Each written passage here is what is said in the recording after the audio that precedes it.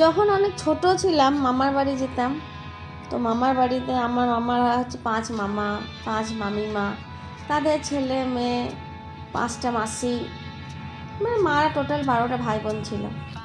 সবাইকে যখন মামার ঘরে জড়ো হতাম এই গরমে ছুটির পর স্কুলে, তখন কী দিয়ে ভাত খাওয়ানো হবে এটা একটা কিন্তু মামার ঘরে সত্যি সবার একটা চ্যালেঞ্জের ব্যাপার ছিল। সেই টাইমে এই রান্নাটা প্রায়ই হতো। তাই সেই ছোটোবেলাকার স্মৃতির কথা মাথায় রেখেই আজকে আমি আমার এই মামার বাড়ির স্পেশাল রান্নাটা করলাম। কিছুই ছিল না এমন কিছু, পেঁপে, কাঁচকলা, পটল, বেগুন, আলু, আর তার সাথে মসুরির ডাল আর বিরি কলাইয়ের ডাল ভিজিয়ে বড়া ভাজা, এই ঝোল আর মশলা জিরে গুঁড়ি, ধনে গুঁড়ি, হলুদ, সেইটা দিয়েই সামান্য তেলে নেড়ে চেড়ে এই যে রান্না, সেটা দিয়ে যে ভাত খাওয়া, এই দারুণ তৃপ্তির ব্যাপার ছিল। আর সাথে থাকতো সামান্য একটু আমের আচার, তাও এই গ্রীষ্মকাল বলেই থাকতো।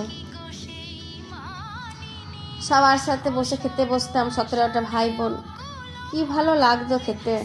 টিনের থালা, তাতে গরম ভাত, আর সবার হাতে 2টো করে বড়া, পাতেই 2টো করে বড়া, আর কিছু সবজি, সেই ঝোল দারুণ লাগতো খেতে। কখনো কখনো মামার ঘরের পুকুর থেকে মাছও ধরা হতো, 1 পিস করে মাছের ঝাল বা ওই সবজি দিয়ে ঝোল, এটাও থাকতো। কিন্তু সবথেকে প্রিয় খাবার বোধহয় এটাই ছিল। আজকে এটাই রান্না করেছিলাম, তোমরা ভিডিওতে দেখতেই পেলে। বিল্লুর পছন্দ হচ্ছিল না, মা খেতে ইচ্ছে করছে না, মা খেতে ইচ্ছে করছে না, ভালো লাগছে না, যেন বস আমি খাইয়ে দিচ্ছি।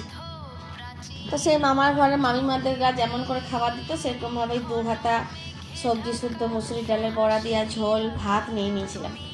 আনাজগুলো সব চারিদিকে ছড়িয়ে নিয়ে মাঝখানে বিলুকে 5টা ডাব করে দিয়েছিলাম। ভাত যা খাই তাতে 5টাই ডাব হলো। দিয়ে 5টা ডাব আলু সিদ্ধ, কাঁচকলা সিদ্ধ, পেঁপে সিদ্ধ দিয়ে মেখে আর বড়া দিয়ে সাজিয়ে খাইয়ে দিলাম। সব ভাত খেয়ে নিয়েছে, তখন খুব পছন্দ হলো। আর বললো যে সত্যি এরকম মামার বাড়ি যেন সবার থাকে, কিন্তু এখন কী করে পাবে, এখন তো সবারই 2টি করে ছেলে, তাই এই মামার বাড়ি আর কোনো দিনই পাওয়া যাবে না। আমি যখন ওদেরকে সাথে করে নিয়ে যাই তখন ওরা আমার এই মামার বাড়ির আনন্দটা উপভোগ করে। তোমরাও পারলে তোমাদের ছেলেমেয়েদের জন্য টাইম বার করে একদিন তোমার মামার বাড়ি ঘোরাতে নিয়ে যাও। ভালো লাগলে সাবস্ক্রাইব করবে। ধন্যবাদ।